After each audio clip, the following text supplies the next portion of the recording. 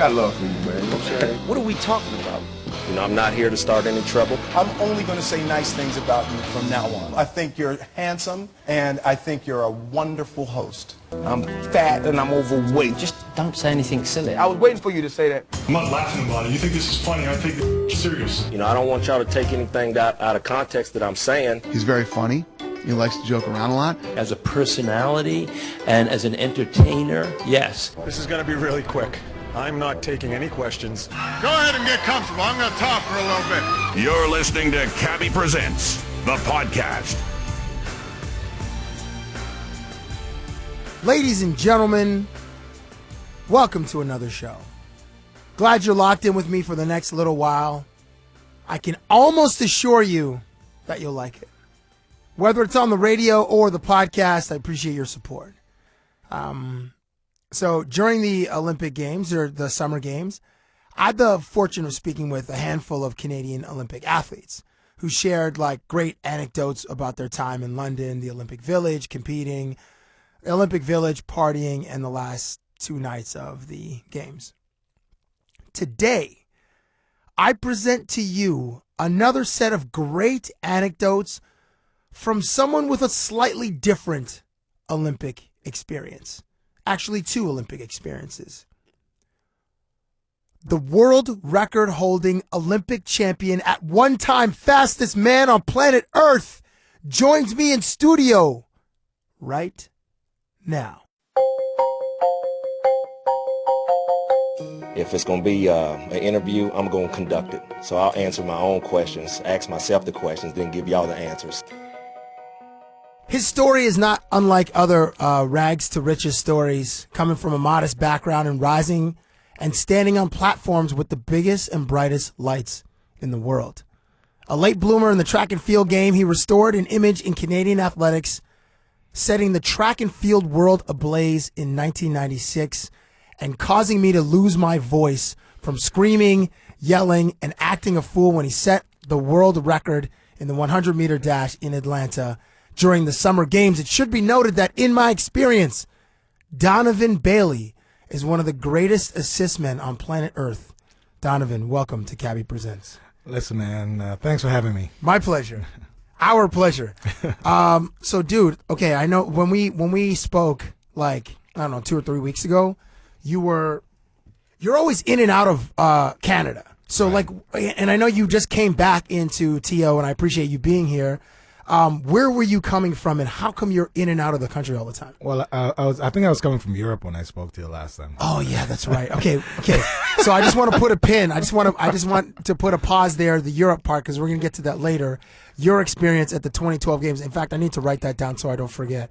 Okay, so that was when we spoke a few weeks, or maybe a month ago. Yeah. And then where are you coming back from, like, most recently? Well, I was coming from Jamaica most recently because it's winter time and that's where I spend my time. So, like, where do you live in Jamaica when you live there? I live in Montego Bay and I live in Kingston. We have my family and we have a few spots around the island. So what does that mean? It means that it's nice and warm. That's what it means. Yeah, I know the climate is wonderful, but what does it mean? We have a few spots around the island. It means that I can stay in Kingston and it's nice and convenient, and that essentially is the financial hub of Jamaica. And then in Montego Bay, there's a place where you can go and hang out by the water. Yeah, is that the place where people are naked? I'm sure there's 1 or 2 naked people there. Shout I'm sure there's been. Yeah. What's it? Shout out to hedonism. No, not there. Okay, not there? All right, fine. No, my own private spot. It's all good. What? Okay, you're on local. Okay. So I know that you have been back and forth to Jamaica. So when you go there for the winter, are you there from it's November. Are you there from November to March or April? Yeah, it's between October and April usually. But I travel a lot, so I'm definitely doing appearances here. I'm in Toronto all the time. I'm in Toronto once a month, but I'm in Europe quite a bit, and I'm in the States and I'm in South America. Brazil is the 2016 Games are coming up, so I'll be spending a lot of time there. Oh man, you live an unbelievable life, man. All I'm thinking of is that beach, that shot of the beach in Rio, and there's just like the women, and it's not even the front of the women. It's just watching them just walk along the beach, and it's just That's the best part. Like the best part was when they walk past you. oh man, Yeah. like did you see any of the? I know you were in London, but I don't know if you got to see any of the volleyball, like the women's volleyball on TV or in the venue. There was this one who like Jennifer Lopez. I've seen Jennifer Lopez in real life, and I've seen Kim Kardashian in real life. Right. Like I have too. Yeah. Have you actually? I've seen them both. Yeah, in real life. Yes. But How closely? You don't need to. Anyways, so the girls in Rio are they definitely are. They can give them a big shot for their money. Oh my gosh, like absolute specimens, like thoroughbreds, like the greatest, like the purest form of like gold or something. It's just platinum. It's always that mineral that's not even made. Just call it Brazilian. I know there are 108 elements in the periodic table. Whatever they got is the 109th. Yeah. Or the one that comes before hydrogen. Like that one just, it's just pure. That's a good one. So, okay, while you're in Jamaica, like what are you doing there? Like how do you spend your time? Well, there's a lot of, there's the Palmyra Foundation there's 3 charities that we work with. Number one, my mom's sick. So I go and hang out with my mom and my dad quite a bit. But I do a lot of charity work down there.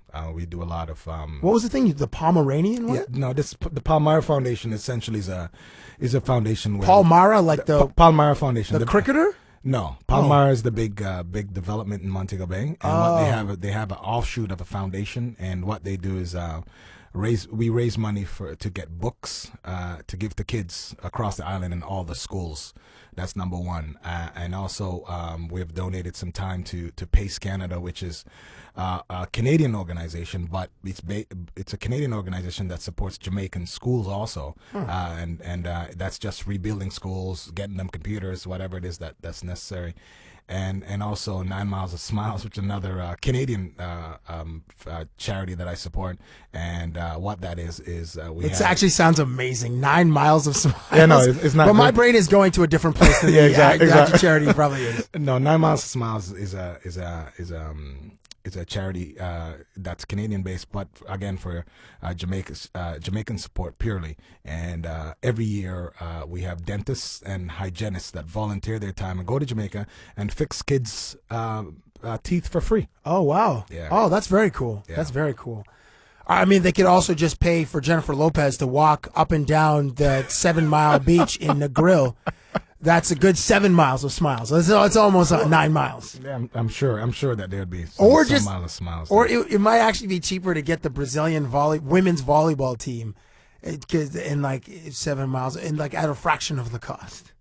You know what? I think that the Brazilian team, I would think it'd be a little better than Jennifer. Hey, well, okay. Well, that's up to some level of debate.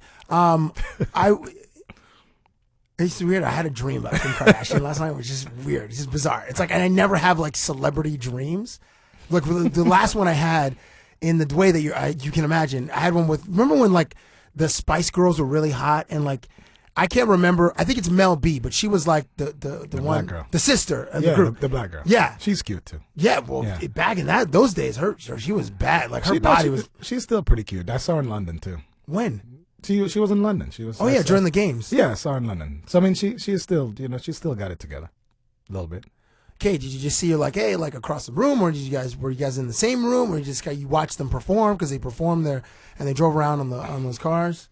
Like I need specifics, DB, because your life is different than like generally anybody who listens to this radio show / podcast. Your life is a lot different than ours. We were in close quarters. I mean, I did say hello. I mean, I was within reach of touching her, Cabbie. If that's that's where I'm going with it. Yeah, that's cool, man. Okay, so I want to get professionally.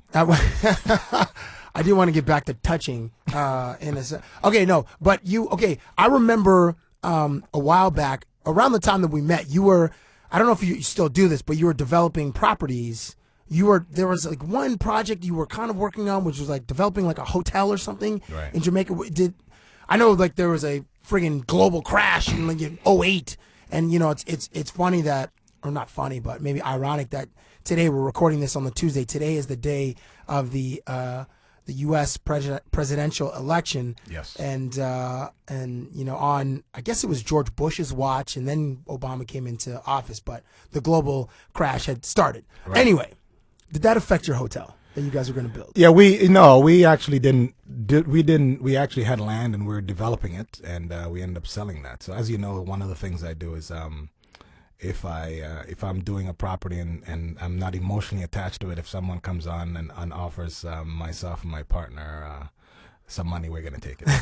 So that's what happened. Okay. So the three charities you work for, that keeps you busy when you're there in Jamaica for the winter time, October through to April. Yeah, well, yes, and but also you got to understand also, my business really is my own. It's me, myself, in an appearance, and one of the great things about the internet and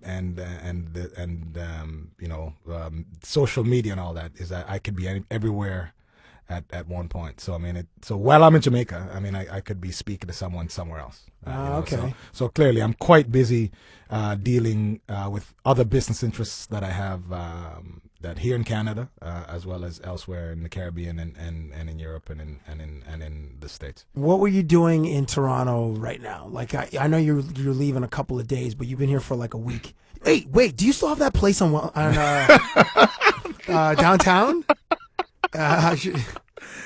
No, I sold that place, but we definitely have. I have a place that's going to be a little better than that. Yeah, dude, that place was 11,000 square feet. I remember walking in. Okay, first of all, it's somebody's place, so the elevator boom opens into your loft, and I'm just looking down this hallway, and it's far. It's like if I walked to the other end of your hallway, I would be out of breath. It was far. And then it was like the hot tub was there, and it was huge. Okay, and I didn't even get to see it in like its full glory, because I think the time that I went, you had cut it in half, and right. you would sold the other half of it. Right.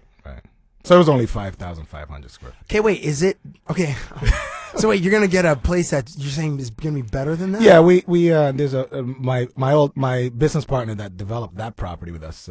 He has another spot, and there's a few of us that's gonna develop that, and it's gonna be pretty nice. So how are you? Okay, but how are you gonna do it if there's a few partners involved? Like, are you guys gonna have a draft? Like, someone gets this month. Like I want April. No. We have our own July. space. No. It's not. No. We have your own space within this huge. Yeah, absolutely. Space. Just like that. Because remember that when you stop by my place or my old place, that I had owned the building with 4 guys. We had owned the building, Cabbie. Yeah, I think you forgot that. I'd owned the building. I did forget that actually. So everyone has their own. Everyone has their own space. Yes, for sure. I mean, I can't share space like that with strangers I don't know. Yeah, you can, and you did. Yeah, you did. I don't know what you're saying, man. Listen, you're only a man. Voluntary amnesia. Yeah, right. Yeah. So okay, tell me about okay, so I'm gonna get to London in a second, but okay, so just the other day, I'm watching the highlights, Steve Nash. So it's like, I think it's the first game of the NBA season. Steve Nash enters the arena, Kobe enters the arena, and they're carrying these small Louis Vuitton bags, like they're like handbags, like they're like man purses, Merces. Right. And I know that LeBron has been seen with one of those, and D Wade, and a bunch of European soccer players often, when they're walking into stadiums, they have these little man purses where they have, I guess, their phones and their keys and whatever, watches, whatever. Was there a time that you traveled with one of these man purses? If not, what are your thoughts on these these Merces? Well, the true answer is yes. I mean, I have a Merce, and I've had a Merce for probably. I'm very comfortable in my own skin, as you know,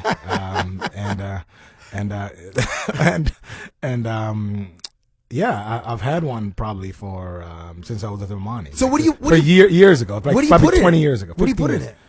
Well, I mean, just like you said, I mean, there's this watches, stuff. I mean, anything that you might need quickly. Okay, keys, gum. a condom. I don't know. I don't know about the keys and bubble gum. Keys, gum. Your phone, maybe. Yeah, but like 20 years ago, you didn't have a cell phone. Did you have a pager? Yeah. No, hell no. I had a cell phone, man. What's wrong with you, man? Did you? I had a big cell phone. No, man, dude, what are you talking about? It's not 20 years ago. Well, 20 years ago, there's like only the big Motorola's. Zach Morris had a cell phone. The big Motorola. Yeah, the gray one that looked like a brick. Yeah, I had one of those. That would fit in a backpack. It wouldn't fit in a Merce. Absolutely. But I'm saying when I had a Merce, it was when I travel on all the time. I mean, I just store all my stuff in my laptop bag now. But it's definitely for me. It's always watches because I do have that's a big valued asset of mine. I do have a ton of watches. And how many do you have? Over 100, under 200. What? Watches? I know that's the man's jewelry, and that's the way that we get to express ourselves through our watches in a way, and it's funny. Like women will comment on if you have a nice watch, a woman will be like, right, like the one you friggin' have right now, like it's nice. It's very shiny. It's a Carter. Yeah, with a I next to the E, in between the T and the E. It's only a Carter. But for sure, I mean, watches or a pen. There's pens. Yeah, I mean, or my wallet. Like I don't really carry a wallet, so in my Merce I would have a small like a money clip or something with like a back where you could just or places for your credit cards on the other side. Right. So I mean, so those are things. I mean that's the same thing. I'm sure that these cats. I mean, with Steve and with Kobe, I'm sure that's what they do. That's what they have it for. I'm sure it's wonderful that you're that comfortable in your own skin. I don't know if regular blue collar dudes can rock that. Well, I mean that's unfortunate. It could be seen as kind of douchey unless you are if you're famous or you have a considerable amount of wealth. Then you could probably, or you're like a really good looking dude. Well, but then it could be perceived as douchey. Well, yes, it could be all of that. But it's not the same thing if wearing a real nice fitted pink shirt though. I don't know. I think it's okay. No, I think it's different in this way because when you're wearing a real nice fitted pink shirt, you're obviously peacocking. You want all the eyes in the room to look at you. Okay, and obviously you feel good about yourself to rock pink like that. Right. But with the Merce, it's just like you're. I don't know. You're letting the room know that you're. I don't know. Unless you come, I don't know. Well, here's the deal. Listen, you can't be wearing Air Jordans in friggin' jeans and like a T-shirt and be rocking a Merce. Well, that's what I'm saying to you. So you can't. But clearly, if you can't, I mean, I've always believed that I like a little fashion myself. Yeah. So if I'm gonna go out someplace, if I'm just wearing jeans and a T-shirt like I'm dressed now, I mean, the Merce is not necessary. But clearly, if you're wearing some. Nice pants and a blazer and whatever. I have no idea, dude. I mean, if it's a casual evening, right? You can rock the Merce. Yeah. You're a better man than I. So a couple days ago, again, just staying with the Lakers. The Lakers were playing the Clippers. The Clippers won the game. Within the last minute of the game. A fan that was sitting courtside was ripping Steve Blake. So much so that he walked over from one end of the court over to the fan, and on camera you see him dropping F-bombs and you're a P and this sort of thing. Goes over to the fan, says thing, and then he walks back to the bench. He sits back down on the bench and the camera cuts to him again and he's still cursing. He got 525 G's for that. 25 grand out of his pocket for engaging a fan in that way. My question to you is, at the height of your fame, or in the period where you were traveling all over the place, where was the either the event or the venue which you heard the harshest forms of whether insults or trash talk from fans? Wow. I didn't get a lot of trash talk from fans. I think because you're the best. Exactly. I mean, people are going to hate you because you're the best. Well, that's the fastest. But that's the thing. I mean, I think that when you're an individual athlete. Right. I mean, listen, Steve Blake is not exactly a superstar in the NBA. Agreed. I mean. And he's a decent player. Don't get me wrong. I mean, he's from Maryland. I mean, yes. Shout out to him and Juan Dixon. They won that. Absolutely. 2000. Yeah. Absolutely. So I mean, there wasn't a lot of fans that would come over and say something. Clearly, I'm 6'1", 210 pounds, so I wasn't exactly tiny. I mean, 3% body fat. So if someone Give him the stats, Stevie. Give him the stats. give him the stats, man. Yeah. Tell him. 18 stacks on. No, but the thing is, I think that there's probably, if someone, one of the things that you might get criticized by another athlete, but if you get if you get criticized by another athlete, it just means that they're scared of you. So that to me is an insecurity problem, which means I can get back out and blast them. I can just blast them. So it didn't matter to me. I mean, but yeah, there was never any. I think that maybe tennis and golf and like all the individual sports, you don't really have like hecklers per se. Right. And for the 100 meters is that they're there, and if you lose, hey, there's another competition next week. Yeah. So you can redeem yourself. So it wasn't that bad. I mean, I don't think it was right for him to get off the bench. That clearly is that. No, he was on the court. He was on the court, and then he walked over to where the guy was, and then went back, and then he sat down because he fouled out. Oh yeah. And then that's when he was. Well, he had already unleashed his tirade against the dude that was heckling him. So let me ask you a question, Cabbie. If he didn't go across and talk to that fan, would you be talking about him today? Not a chance. Okay, well then there you go. But I don't know if it probably at the time he was like, yeah, there's 25 G's. Yeah, it's worth it for me to give him like that huge piece of my mind, which that guy will never forget it. That guy will never forget the time that he heckled Steve Blake, and Steve Blake told him everything about 6 Ways to Sundays about him and his mom and whatever he said to him. Yeah, but that guy became famous though. Well, for like a conversation piece. Yeah, no one's gonna remember that guy tomorrow. Yeah, but that guy knows, and that guy can pull this up, and that guy can tell all his boys. That guy be like, "Yo, dude, I did that." Yeah, I saw it. But I saw it on YouTube, but he kind of looked like a punk. Like he just sat there, like, and his girl was like, he leaned over to talk to him and stuff. But he looked like he heard some choice words. He heard some things. So wait, after you won the gold medal in Atlanta, did you ever run in the United States again? Like did you guys? I know that is it the Diamond League? Yes.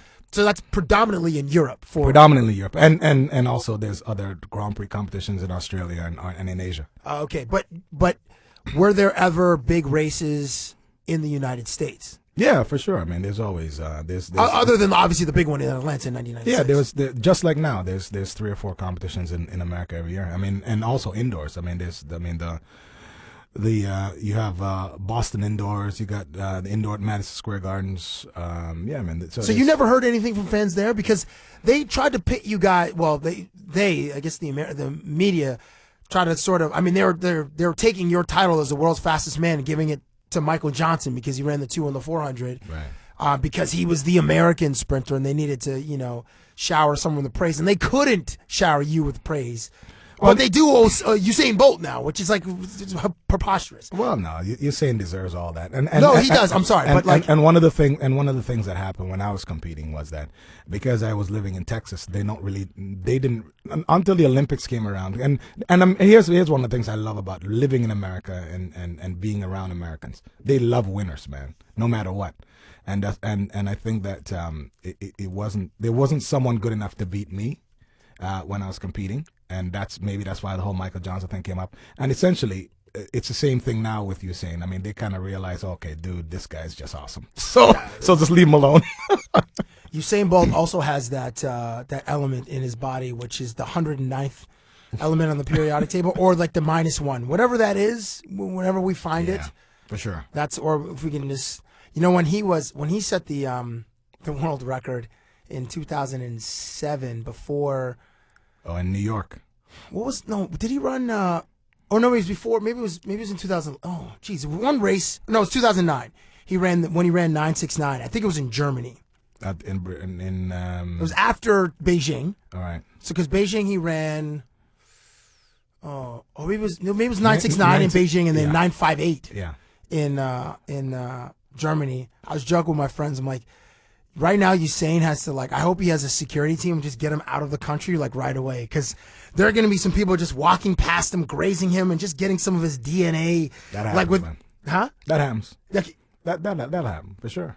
Yeah, but almost like in like a science fiction movie, where he's sleeping and then there's some buddy comes in his room and just takes little shavings of his skin or injects him with something and you know, and then, you know, and then like 16 years later, there's this like, this 6'7" black kid from Germany. Hey, listen, that happens. I'm telling you that happens. I mean, What do you mean? Has it happened? Would it happen to you? I'm saying that someone will say to you, dude, you know, you can have you know, you're a fast man, and you know, maybe you should leave a couple of fast men on the world. On this side, leave them behind. Just leave them over here. Yeah, just leave. Yeah, I mean, you know, and have some qualified candidates. Wait, are you saying that you did that in the diamond circuit when you're no, like dude, in Monaco and France? I'm a good dude, man. I listen. Hey, listen, you're just sharing. You're just sharing. Sharing is caring. I have 2 beautiful children. Sharing is caring. they're right here in Canada. All right, I understand. I understand.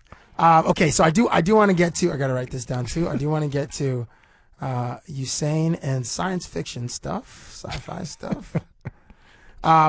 So just today before you came in, I was just online and I saw the story about Rihanna. She's releasing a new record. Right. And the new record is called Unapologetic. Right. I want to say it's like her 7th or 8th album. I'm not really sure, but Rihanna just bangs out hits. Every album she puts out, there's like 4 or 5 hits. Just bangs out these hits. Yeah, Jay-Z knows what he's doing, man. He does. He really does. Mm-hmm. And there's a song on her album called Nobody's Business, and it features who you think it features. Who's that? I'm an old guy, Cabbie. But you know about her. Of course I do. Yeah. So, like, okay, question. Like, how do you feel about, are you everyone deserves a second chance kind of guy, or are you like, that situation was so terrible, and being that she's a public figure, I am shocked that she is allowing him back in her life? Listen, as a public figure myself, I think that sometimes people don't ever know the real story or the true story. Yeah. And clearly, she's not a child, and neither is he. And you know, I think that if she's decided that that he should be forgiven for whatever transpired, because only the 2 of them really know. That's true, yeah. Like, so it's only the 2 of them. So I mean, yes, we saw some photos and we saw some things, and yeah, that's all completely and totally wrong and totally off base. All of what the pictures and stuff that we saw. But if she decided that this is the dude and that's what's gonna happen, you know, if they weren't public figures, I guess they'd just be regular people. Yeah. So if she's decided that's the deal, then and they're dating or they're getting married or whatever they're doing or whatever. I mean, I think that's cool. I think he has a tattoo of her on his neck, on the back of his neck. I think that's what it came out maybe like a month or a month and a half ago. His on new the tattoo. back of his neck. Yeah, a picture of her face on the back of his neck. On her face. I don't know. On the back of his neck. Yeah, it's her face. Like why would you put it on the back of? I have no idea. Okay. I'm not sure. Like, I don't even know when you see that. Right. Like if you're looking in the mirror, you know, obviously your chest and your arms. Do you have any tats? I have no tats. Yeah, I have no tats either. I feel like we're in the minority now. That's okay. Dudes without tats. Well, I could deal with that. Yeah, me too. I belong to that crew. Yeah. That's good. Okay, so virtue of you being like you're a global figure. Like everybody in the world knew who you were for a stretch of time. Who was the most famous person that you ever met? Oh God, who was the people that I cherish? I mean, one, I had met Muhammad Ali. Amazing! I had dinner with Nelson Mandela. Did you actually? Yes. In South Africa? No, actually, in South Africa and in Toronto twice. Yeah. Oh wow. Bill Clinton. No, I met a few people. Dude. The Queen of England. Yeah.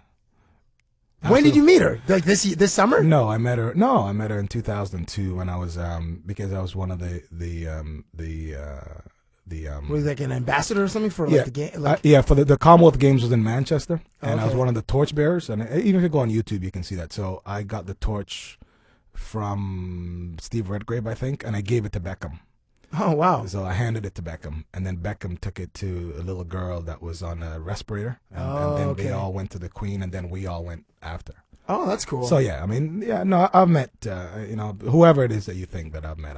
Yeah, I mean, it's all. So okay, I know you like to tell stories. So, but when you're in a room, I tell no stories, man. Yeah, whatever. But if you're in a room with Nelson Mandela, like, whenever that was, he's obviously in an advanced age. Yeah, but no, this is before. This is when I was 1999. I think I had dinner with Nelson. But so who's doing the talking in that room? Like you said, you're at dinner, No, so we're at you're dinner. you're at a table with some other people, with some guests or whatever. So is there someone who's like running the table, like who's just like? It's not for me. I think that I completely appreciate meeting like figures on the planet that's done astronomical things. And Nelson's one of those people that, I just covet being in his presence. I mean, it was just one of those things that you're in awe. So you're on every word. I mean, it's much the same way when in 1996 when I got the call that Muhammad Ali wanted to meet me. I'm like, me? Like, awesome. That's awesome.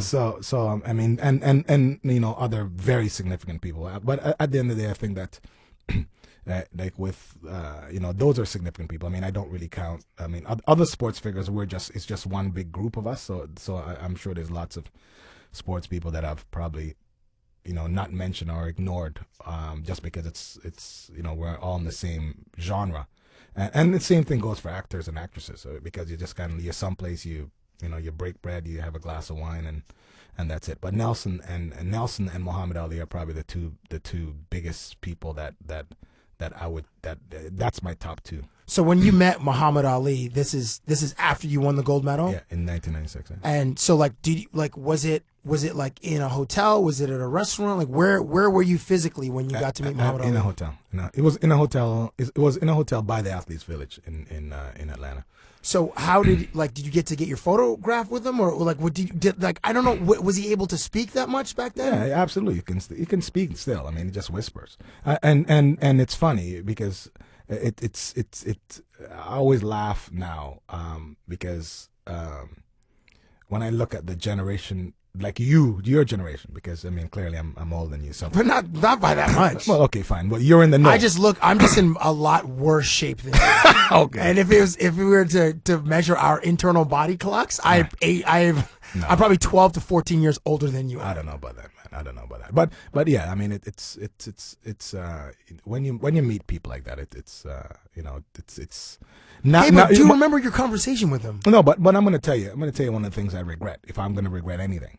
See, what happens in like today, like you have phones and cameras all the time, right? Yeah. So the very first thing that if you go someplace and you're witnessing a beatdown, your first idea is to film it. It might be, yeah. Yes. It might be, yes. See, and I'm from the generation where maybe I'm from Oakville, so the first thing is like, dude, you got to help the guy. Right? So I'm saying to you, and so that goes even for the good stuff too, because I've met and been in the presence of many amazing people. But I'm like, I'm never going to ask them for a photo. That's just stupid. I'm not going to ask for a photo, or I don't want a photo. Or people have said the same thing to me. It's like, dude, we'll always get together, so we don't need to have a photo together. So I mean, it's so. So wait, are you saying that you did not get a photo? I did not. Oh. But I have all the invite and all that stuff. Yeah. Oh, that's cool. Yeah. Did you get a photo with Nelson Mandela? Oh, I have a photo for sure. Oh, that's cool. Yeah, I had to do that. Oh, for sure. Yeah. Like, but I do have a photo with Muhammad, though. Not the very first time I met him, though. I do have a photo. Oh, how many more times did you meet him? I met him again in Louisville, because that's where he's from. Yeah. He was known as the Louisville Lip when he was Cassius Clay. When he's Cassius Clay from, I think he changed his name in it's in 1960 or 1964. I want to say like 64, but you're the statistician, man. I have no idea. No, I'm not. I just remember that one. I read this. There's this amazing book called King of the World, written by, I want to say it's David Remnick, I think. Anyway, it's like that 10-year run from when he beats Sonny Liston until he fights George Foreman. Right. It was awesome. Yeah. Okay, that's so. Okay, so you mentioned. Okay, now I want to open this up because I'm fascinated by it because I don't live your life. You just mentioned two words to me. You said Olympic Village. Right. Yes. What would you like to know? What would you like to know about? I'm not even sure where to start. Well, I mean, but listen, my story with the Olympic Village is actually quite tame, actually, because what happens is that we never stayed in the Olympic Village. Where'd you guys stay? I stayed in a villa. I stayed in a villa in the RCMP was responsible for my security and for me and my staff. Really, you had basically federal agents. Yeah, absolutely, 100%.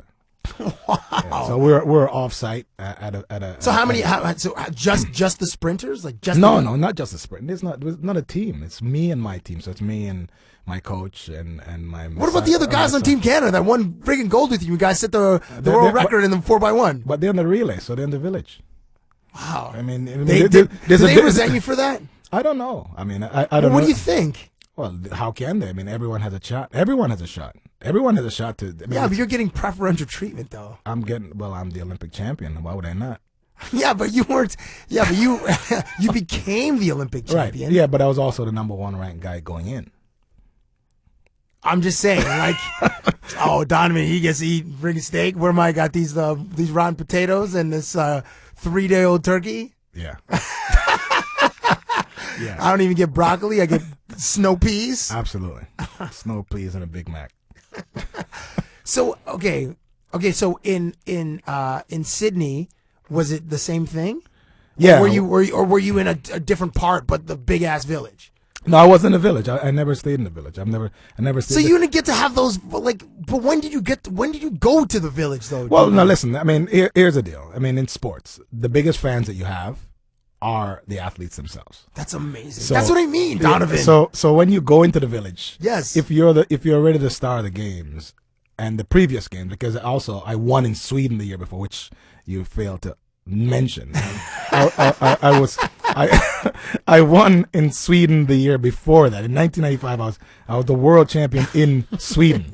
Yes. my bad. Right. So when I was in Atlanta, going into the village was interesting. Yes. So it was basically you were walking around with a pink shirt in the village, figuratively speaking, because you're the peacock of the games. Yeah. Well, why not? Well, it's actually a red Canada shirt.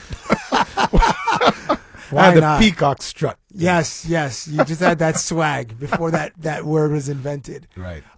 So there was there a difference in the? Oh man, I don't know. See, if you're not in the village, then I want to like. Can you give me a story about the village? Because we've heard stories like in the 2002, like the Salt Lake City games. Like the village ran out of condoms. Right. And no, that's the summer games. It's not winter games. Never got. It's the winter games, man. The winter games. Yeah, but never run out of condoms in winter games. Yeah, no. Well, apparently they did. But I don't know if that to Right. be true. I'm not an Olympic athlete. I was never there. The summer games apparently they run out usually the first week. If a couple of 100,000. I mean, I don't know. I'm just saying. I just hear that. It's just hearsay, dude. You're sequestered like the jury in the OJ trial. Absolutely. I mean, I'm sequestered. So, I mean, I'm not allowed to partake in those things. Okay, but so tell me about the last 3 days, because I don't know when your event is. It's usually towards the end of the games, right? No, it's the first weekend of the games and the last weekend of the games. So technically, I can't really do much. The main event of every Olympic Games is the 100 meters. And the 4x1 relay. Yeah. And the 4x1 relay is usually the first weekend of the games. It is? Yeah. I don't think... The first weekend after track starts. So the Olympics usually 3 weeks. Track is like usually like halfway through that... Yeah, so it's 3 weeks. Okay. The Olympics is 3 weeks, and the first weekend of track and field, we usually don't even get into wherever the venue was until 3 or 4 days before you compete. And it's so intense that you're not really... you can't think of anything else but training and competing. But yeah, the fun in the games is never really had by. I mean, isn't it the last couple of days though? That's when you can really like wow out. Like that's when it's not, on. But not if like after you finish competing. But you don't do that though. I mean, how do you? What do you mean? How do you? Okay, I'm just listen. Okay. If you're a freaking weightlifter from Lithuania, right. Okay, and you finish 12th, right? Then you're wilding out from the minute that you finish 12th. That's what I mean. Right. No, okay. but okay. Okay, sorry. So if you're asking me about my story, then no, there's no wilding out. Well, there's time to wild out after you leave the village and go somewhere else. No, but yeah. Where did you go? Usually you find like the athletes that have competed and clearly have not gotten a medal or not done well, or the ones that have done well, then it's time to party. So there's a constant party from day one. So because you have people who come there and have competed, and day one or day two they're out. Yeah, that's crazy. So they have 3 weeks of every night partying, unless of course the country that they represent send them back home, which is usually a good idea. Get your butt back here. We got some stuff for you to do. A friend of mine played on the Canadian women's soccer team, Right. and they earned a bronze medal at the 2012 games. They played great, actually. Yeah, they were awesome. Yeah. She wore her medal everywhere. So did you, like, in '96? You obviously had 2 gold medals, but that you earned them towards the end of the games. But did you wear them everywhere? Well, no, I didn't. Well, I mean, I was already recognized, before I got there and all that. And so, I mean, wearing a gold medal to me was a little, it wasn't needed. And frankly, I have to tell Cabbie, I mean, I've only pulled out the gold medals from Atlanta. I've actually only pulled them out twice since I won them. Twice. Where? And why so infrequently? I pulled them, because I think maybe because it's sacred. But you're not going to devalue the gold medals by wearing them. But I mean, it's kind of cheesy for me. Maybe I'm just cooler than that. Maybe you're just an old school dude. Maybe I'm an old school dude. Yeah, and it's also a gold medal. Yeah, but no one's gonna steal it from you. No. Listen, believe me. As you know, I'm not at all concerned about someone attempting about someone attempting to take something from me. I'm not at all worried about that. But I think that it was. Maybe it was the whole redemption of Canada. It was the whole nostalgic thing. So I'm like, I'll pull this out only on special occasions. So what were those 2 occasions? Do you remember? I pulled them out on the 10th anniversary of winning, and I think that and before that I pulled them out at when I got inducted in the World Sports Hall of Fame in Switzerland. Oh, that's awesome. Yeah. That's awesome. So you mentioned redeeming the program. Did you see the ESPN 30 for 30 979? Did you yes, see that documentary? I did see it. I did. I saw it in parts actually because I couldn't see the whole thing. So I mean, I had someone download it, so it was all in like 5-minute segments. So, but I did watch it. Yes. What were your thoughts? Well, I mean, it's a story. I mean, it's the story. It's the story of what happened. I mean, it's a story. Yeah, but what did you think about it? Like, what did you like? You are so connected to that world, not to that incident, but you're connected to that world forever. Absolutely. I mean, well, you know what? I think it's just it's a story before my time, because I mean, one of the reasons why I'm here actually, we're actually doing the follow-up movie to that, which will be my life. Really? Yes. So that's but you have to have some Where's the controversy though? Well, I mean, I don't know. We'll figure out something. We'll get some. Michael Johnson controversy. Yeah, that was great, and then you showed him what time it was. Yeah, but I mean, but the real controversy behind the scene maybe will come out. What does that mean? Me and Michael. Well, listen, I mean, you're gonna watch the movie when it comes out. Yeah, but I'm here, right? You're next to me. You could just tell me like we're gonna have all the fun stuff, man. But how are you gonna get him to talk about it? Are you gonna be able to? What was that? Michael Johnson. Well, listen, I guess that's the producers or whoever it is that's raising money. I mean, it'll be all right. Okay, so back to 979. So you watched it. I watched it. Yeah, I watched it. I mean, and it was Ben's story. I mean, clearly, I think that Ben I think that there are people that are sympathetic to Ben. I mean, I'm not one of those people. You're not. I'm not one of those people. No. Why?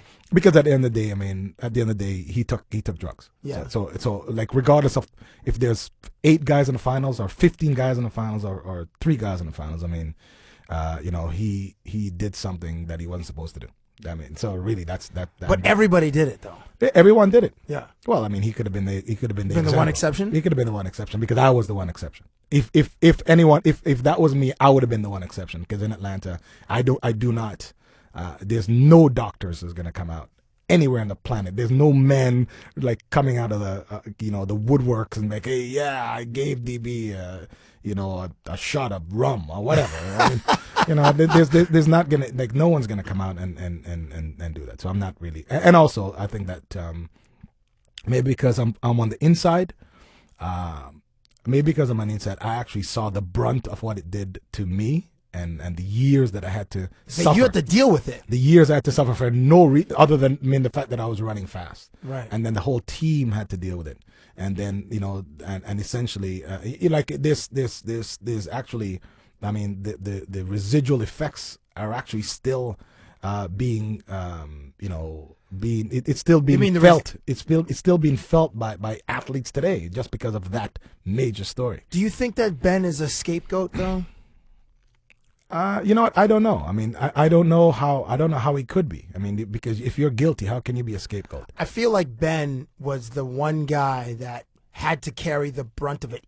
Because in that documentary, it explains how every guy that was in that final, all 8 guys, had tested positive either before that race or had subsequently afterwards in their career. And Ben took the brunt of it. Even Carl Lewis, I read an article recently in the OC Register and Sports Illustrated in 2003. I want to say it's like April-ish. They had an article about how the USTA, whatever the body was called before it was now, I think it's the USTA, whatever body is like, had just stripped Lance of everything he's ever done. You saw that, yeah, no. Yeah, I saw this other documentary called The World According to Lance. It was on The Passionate Eye a couple weeks ago. It was awesome. Right. Awesome. Anyway. Passionate Eye CBC, so they do. Oh, great work. Great work. Absolutely. But anyway, but they had, so the U.S. Track and Field had done their own series of testing, and Carl Lewis had tested positive. I want to say like in 83 or 87 or something. Maybe I'm getting. Oh yeah. In his career, absolutely. I mean, like I said, I saw the Ben thing, and I definitely saw that Carl tested positive a few times, and his samples were buried. Yeah. And that's the thing. So because Ben Johnson carried the brunt of it when all the other guys were also doing drugs, like that's how I think he's the scapegoat. And then from there it went to then the next really huge one was in the NFL guys were dying. Lyle Alzado died. Yeah. Yeah, well, I mean you're gonna. Lyle Alzado was what 160 pounds when he came out of school, and it was like 320 when he left university. He went hard. Like he was absolutely. This guy's. I mean, like it's like but drinking the thing, man. Yeah, right. So then some guys in the NFL started dying, and then obviously the big thing in baseball that was a huge one when that exploded in the late 90s and early 2000s. So, how many times do you think you've been tested? I was the most tested athlete, I was most as a sprinter. I mean, thanks to Ben, I was the most tested athlete, which is cool. Actually, was it always blood, or was it like urine and blood, or like what? Like no, what, it was always urine, and I volunteered blood because that's when they started with that. Because I didn't care. I'm like, dude, you ain't gonna find nothing, so here, whatever, I'll volunteer. It didn't matter to me. But I mean, it's like hundreds of times. Oh yes, hundreds of times. I was getting tested probably 30, 40 times a year. Wow. So yeah, hundreds. Like every other week, someone was like, "Hey, you got," or you'd have to go somewhere, or would they show up to wherever you're training? It's dude, it's anywhere. It's not where you're training. Absolutely not. Well, I guess after a race, obviously. No, not at all. I'm going to explain how it works. Random drug testing. I could be in if I was competing right now, someone could come in and knock on the door outside the studio right now, and test you. Outside, you could be at your family function. You could be, with your girl, on vacation someplace. Wow. You could be anywhere in the planet. They can show up and test you. Wow. I mean, forget about competing. Competing is the standard stuff. You kind of, you're competing, so you're gonna get tested. You're gonna get tested. But yeah, when you sign on, you can be tested any time, 24 hours a day, really, anywhere. Like even at nighttime. Dude, it's happened many times. I mean, even when you're trying to give those 9 miles of smiles up there. Absolutely. In Mo Bay. Absolutely. No, there's a time that I always tell this. I was on my way to Brazil to compete actually, and the testers showed up, and I was leaving from Austin to go to Brazil, and I'm like, I'm getting on the plane. I got to compete tomorrow, and they, as soon as they notify you that you are going to be tested, they have to stay with you. So I couldn't. I mean, I wasn't ready, or I couldn't pee. I don't know. I'd pee maybe a half hour before. Who knows? So did they have to take the flight with you? Yes. So essentially, I mean, what happened was, I mean, I'm like, I'm going to Brazil, so you're coming with me. So I got on the flight. They came. I'm traveling up in the front, so I think that at the time the cost of the ticket was probably for them was probably $6 or $8 grand. Wow. And and it's two of them, so they got to buy it right away, and they got to roll with me. Wow. And they got to roll with me, and I waited until I was we were probably about maybe 2 hours or an hour outside of Rio. Did they try to test you on the plane, like in the bathroom? That's when it happened. What do you mean? So two men, I don't think can fit in one of those. A man and a woman probably. There's a man and a woman. Isn't that crazy? Yeah, because one of them have to. Because women are usually smaller. That's why they can fit a man and woman. but the how when you're tested, I mean, they actually there's someone that's observing your urine leaving the stream. Yes, they're leaving your body. Yes. So how did that happen, DB? You're in. It's a big bathroom up at the front, man. Is it actually? I mean, the airline where but he had to sit at the door. I mean, and frankly, I didn't care. So it didn't matter. Well, he's got to watch. He's got to watch it. I mean, because you're doing it in the bottle. I mean, and aim straight. So it's all good. God, it's crazy. So then the guy does he put it in a bag or does he like carry it? He's got it. No, it's sealed. It's sealed, and then I request where it goes. So, I mean, what I used to always do for. What do you mean you request where it goes? Because I never wanted my urine samples to ever go to UCLA. So I'd rather come to Montreal or go to Switzerland. Why not UCLA? I don't understand. Because UCLA is very, very well. That's where the Americans train, and that's where a lot of them. That's where the lab is, and there's a lot of Americans. So some things could happen. I would never want to take the chance. How about that? That's unbelievable. Okay, so the guy. I'm just trying to think about the guy. So the guy has to watch you take the test. He seals it. Yeah, I seal it. Oh, you seal it. Yeah, then he touches down. Oh, so you seal it, and then you put the stickers on and everything? No, he puts all the stickers on, and I just got to make sure that it's sealed while it's there, in my presence. And then, so once he touches down in Rio, then he's got to go to a FedEx and try to articulate in some level of Portuguese to FedEx it to Switzerland or he just goes right back. He's got to go back. He has no reason to be in Rio. He's got to go back. His job is to guard my pee and get it to where it has to be. I wonder if when he was in university or college, he knew that a few years later he's going to be watching grown men take tests like that. Like that's it can't be. That can't be a pleasant job. A little crazy. Okay, so I have okay, so let's get to okay.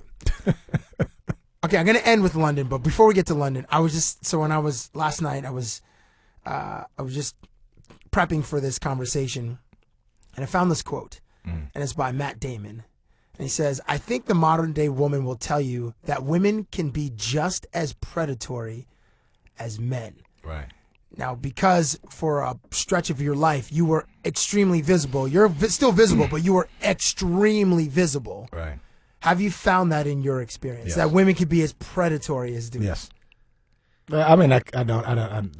The one word, Cabbie. Yes. Yeah. Yes, they can. How bad did it get? Having stalkers, or just like okay, or just being. Did you ever have a stalker? Oh, I've had a few. Yeah. But like, was it as bad as the one time like? I don't know if you remember this. Well, maybe because you lived in Oakville. But remember the one time that a woman showed up at the Skydome trying to shoot Roberto Alomar? Showed up with a gun? Oh, yeah. Because he lived in the Skydome Hotel? Yeah, I mean,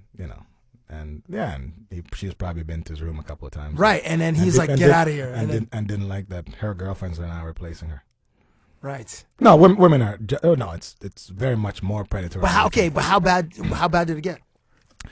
Well, I mean, you're in... the world is a very small place. Okay. Right. The world is a very small place. But the good thing for you is you exist, like, it was before the internet, before camera phone, before, like, people could, like, oh, so-and-so's here, like texting. Yeah, but yes and no. The social media, I don't know. I mean, it's funny. I was laughing with Linford. Linford Christie? Yeah, when we're in London and we're just talking. There was actually. You guys are friends now? No, Linford and we're always cool. I thought you guys weren't cool. No, Linford and I have always been cool. I mean, we're actually. Who was it? Was it Dennis Mitchell and you weren't cool? Yeah, I mean, there's always usually the American guys. I mean, it was never because they didn't. What about Mo Green? Were you and him ever cool? Never cool. No. I mean, were you cool? You were cool Otto Bolden though, right? Because he's Trinidad, you're Jamaica. Yeah. Even though Jamaicans and Trinidadians, for people who don't know, there's cultural I don't know. Only in the islands. Then. Yeah, I'm not really sure why it's Jamaica and Trinidad. It was like this cultural beef. My dad's from Jamaica, my mom's from Trinidad. So there's always beef in the house. Like there's always something going on. Like so anyway, but okay. So you and Linford, you were talking. Yeah, about. no, totally cool. I'm saying it's real cool that it's great that we didn't exist in now the social media, being that just because of some of the crazy stuff that used to happen back then. Because what used to happen, D? Well, I mean, at the end of the day, people, as opposed to what you have now are people finding out things, at the click of a button. Yes. But when I was competing, I mean, you could. Well, there was certainly emails. You could do that. Yeah, I guess. Yeah. There was a lot of phone calls. Right. And also you maybe have people who with vested interest that would actually just, because there's a schedule and there's always a big marketing thing about my schedule was pretty much announced all year. So there's 5 or 10 or 20 places I'm competing around the globe. So you might have people that, buy plane tickets and book a room and then that actually happened? Like people would travel to try to intercept you. Yeah, I mean that's what happened. So it's always. Did they intercept you? The really dope ones, the Brazilian ones. Did they intercept you? My crew was always good and protective. I see. Like there are some questions I want to ask. I can't really ask here. I have to ask when we finish. Okay, so one thing I will ask you about was when we did speak on the phone about a month, or just after the Olympics. Right. You were back in town. And I was like, well, DB, how were the Olympic Games for you? And you said this to me, and I'll never forget. You said, take anything you want and multiply that by 100,000. What does that mean? What does that mean what about me, Donovan? I'm a fat reporter. He goes, Cabbie, for you, multiply by 2. Well, that's 2 more than you usually get, man. Yes, listen, you're right. So maybe 5. I'll revise that. 5. No, listen. The London Games were phenomenal. So you were announcing or commenting for. I was with CTV and CNN. Okay. And did some work. I did some appearances at Al Jazeera. So we. My gosh, that's awesome. So but it's. London did an incredible job, but England or London is chaotic on a Tuesday, right? Of any Tuesday of the year, and Sebco and the organizing committee did a phenomenal job. I mean, and of course it's England. It's the track and field is the holy grail there. I mean, so it's a number 1 individual sport. So it's more popular than tennis there. Oh yeah, for sure. Wow. Okay. Well, I mean, it's not more popular than tennis. Here's the deal: tennis, Roland Garros is 20,000 people. The track stadium is 90,000 people, and if they're both. You mean Wimbledon? Wimbledon. Sorry, yeah. Roland Garros is in Paris. It's in France for the French Open. Sorry, no, I know you go all those places. It's all good. It's all one big country. No, but that's the main court is probably 20,000 people, I think. Yeah. The stadium, every stadium, it's probably 80,000 up. And that's because you guys are competing in soccer stadiums, absolutely, right? Absolutely. Yeah. So it's soccer stadiums with soccer fans, but they love track and field. But it's their number 1 thing. I mean, the number 1 team sport is obviously soccer, but track and field is extremely popular, English speaking, and of course, I mean, they I don't know, they love it. So being there was amazing, and we you can do whatever you want, be whatever you want. I mean, just and the fact is, it was English speaking. That made a big difference in your experience? Huge. I mean, it's not. I mean, it's definitely because everybody knows everyone. I mean, and it's Europe, so they are fully aware of who you are and your entire history, because what you have is the fan base, and then you have the fan base, and then you have the fan base, and then the kids of your fan base. So everyone educates everybody. And Wikipedia is easily accessible on any friggin' smartphone device. Yes, exactly. Yeah, I mean that, and it's funny now because maybe the daughters of the ladies that were fans of Linford are are the fans of Usain, if I could say that. Oh my gosh. You guys really are the thoroughbreds. You're all the secretariats, walking around there. You're just and just like he's beautifully groomed and like it just walking through. It's just like a Coiffed. People just bending their heads to like look at you or your eyes. What's your relationship like with Usain Bolt? Good. I mean, real good. I mean, anytime. Like, does he like?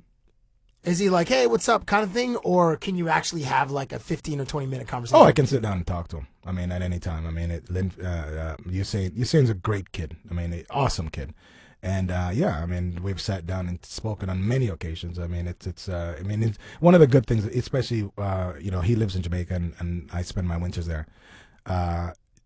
One of the greatest things about Jamaica is that you're never going to be rushed by fans, because the greatest thing about Jamaica is that every man is a celebrity, right? In his own mind, yeah, of course. And every woman is Rihanna in this, or Beyonce.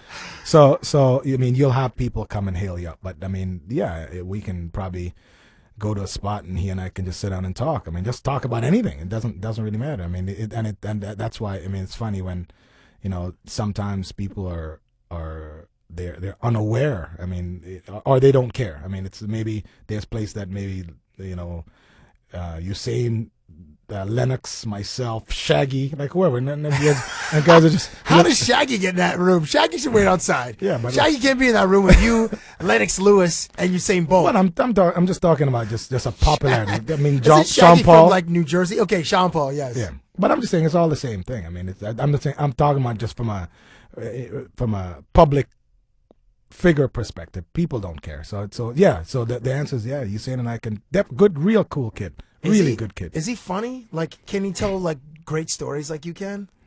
Yeah, I mean, because whatever you see on the track is whatever he is, man. He's really just a fun-loving, happy-go-lucky I've seen kid. him dance in the club. He looks like he has a great life. Oh yeah, and he definitely enjoys himself.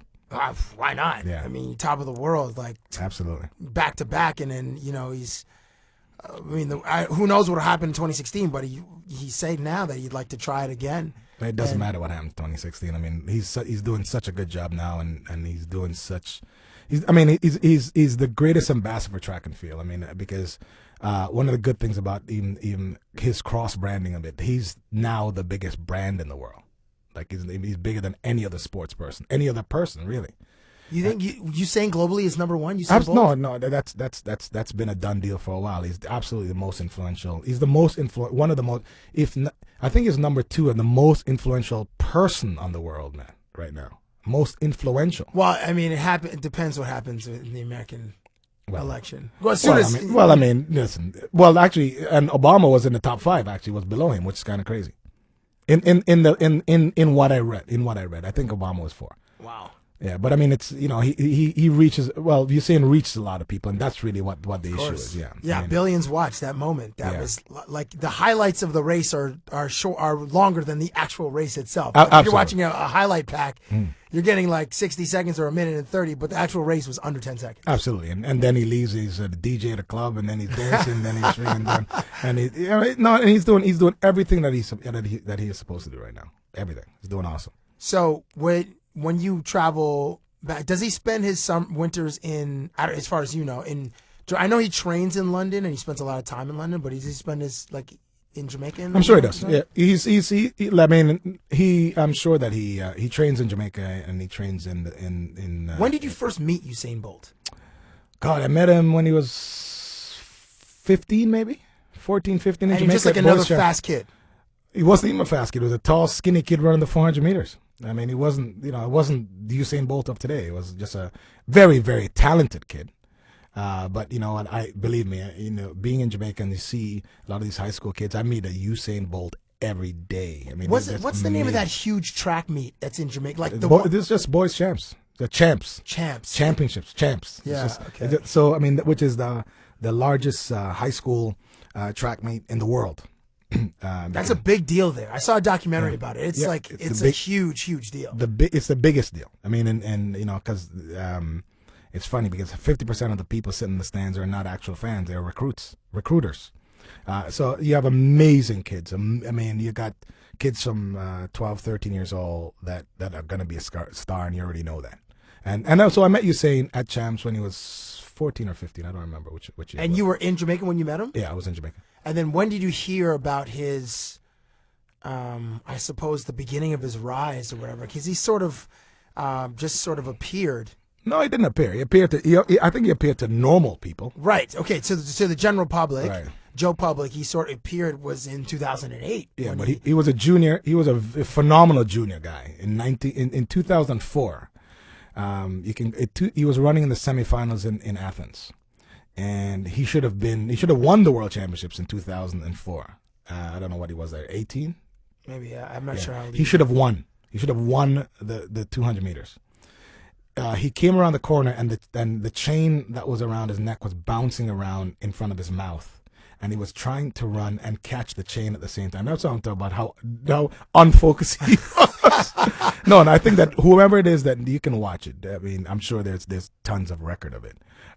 But yeah, I mean, you saw the talent there. You saw like you thought a kid running 19, whatever he was running, maybe 19.9. And you're like, dude, he ran 19.9, and he doesn't even know where he is. he could be in his living room. So I mean, you saw phenomenal talent then. But I think that his raw speed came out when he beat Tyson Gay in New York, when he ran the 9.76, and everyone was like, what? Or 9.72.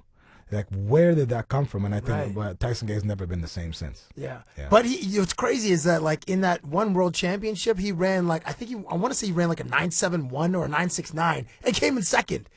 Okay. When Usain set the record, he ran. Oh, Tyson, you mean? Tyson Gay. Right, but I think Usain ran 9.58. Yeah. In the world championships before, I want to say it was 2009 or 2007. I keep messing it up. But Tyson Gay came in second, and he ran like a 9.71. Like, it was gross. He ran the fastest time an Americans ever ran, and got demolished, smoked. Yeah, he was really like he was sitting in the audience. I mean, so it was, no. But see, here's what happens. I mean, and it's funny because sometimes when I talk to soccer guys, or football guys, they understand. I'm like, dude, okay, what you just saw is like a 10-love soccer game. Like when you see like how Usain beat Tyson, that's like 10-0 in a soccer game. Like it's like you kind of smashed. Man, yeah. It's like, oh geez, daylight, big. You can drive a truck through you can drive a train between first and second place. Yeah, man. That's what being demolished is always measured by, when there's daylight between the athletes. Donovan Bailey, it's been awesome. This is awesome. I could probably talk to you all day ad nauseum and just ask you a million questions, and I know you don't have time for it. But I do appreciate the time that you made for me today. So at some point in the future, we might see this project, which would be some almost like a response to ESPN 30 for 30's 979. It's not a response. Well, maybe not a response, but almost it's like a trilogy. Okay, well then we will. It's book 2 of like these 100-meter finals. Book 1 was 979. Book 2, not sure what it would be called because it was 984. And book 3 is either the Beijing Games or the 2012 Games. Right. With I guess it was 969 in Beijing in 2012. I can't 958 now. It was 959 or 58. Yeah. I think it's 958 now, but I don't think that was at another. No, yeah, I mean, I'll definitely, Cabbie, anytime I'm in town, I'll talk to you, man. And when I want to come to hang out with you in Jamaica. I don't want to just leave when you're here. Come on down, man. You got to play golf though. I don't play golf. You got to play golf though. Okay, you can drive the cart. Drive the cart. There's some cohibas. Can I putt? There's a cohiba in there for you. You can have a cohiba and maybe an Appleton. I like living your life. Even if it's only for one day. Donovan, thank you very much for being. Are you on Twitter and all that sort of thing? Yes. What are you on Twitter? At Donovan Bailey. Nice and simple. No spaces or no underscore? No, just raw. Are you on Instagram? I'm not. I'm not. I think I'm gonna get. I don't know. I mean, get Instagram. I'm gonna get Instagram. Just pictures. Yes. Just pictures. Yes. Okay, I'm gonna get that. Done. All right, perfect. Right. I'll make sure that my guy get me on there today. All right, so you have a Twitter thing. Get on Instagram, and I will get to Air Canada or WestJet to book a flight to Jamaica sometime soon. Because I would like one of those smiles on 9 miles of smiles. Yes. And I believe you got good teeth, man. I believe you know who can give me those smiles. Oh yeah, Jennifer Lopez. Who? Ooh, wow! But even some locals. The Brazilian team or the locals? Yes. Okay, that's yeah. I mean, I'm sure that you'll find your flavor. Whatever flavor that is. It's Jamaican. It just got to be as hot as the sun. Right. Thank you very much, sir. I really appreciate our conversation. No problem, man. Thank you for listening to Cabbie Presents, the podcast.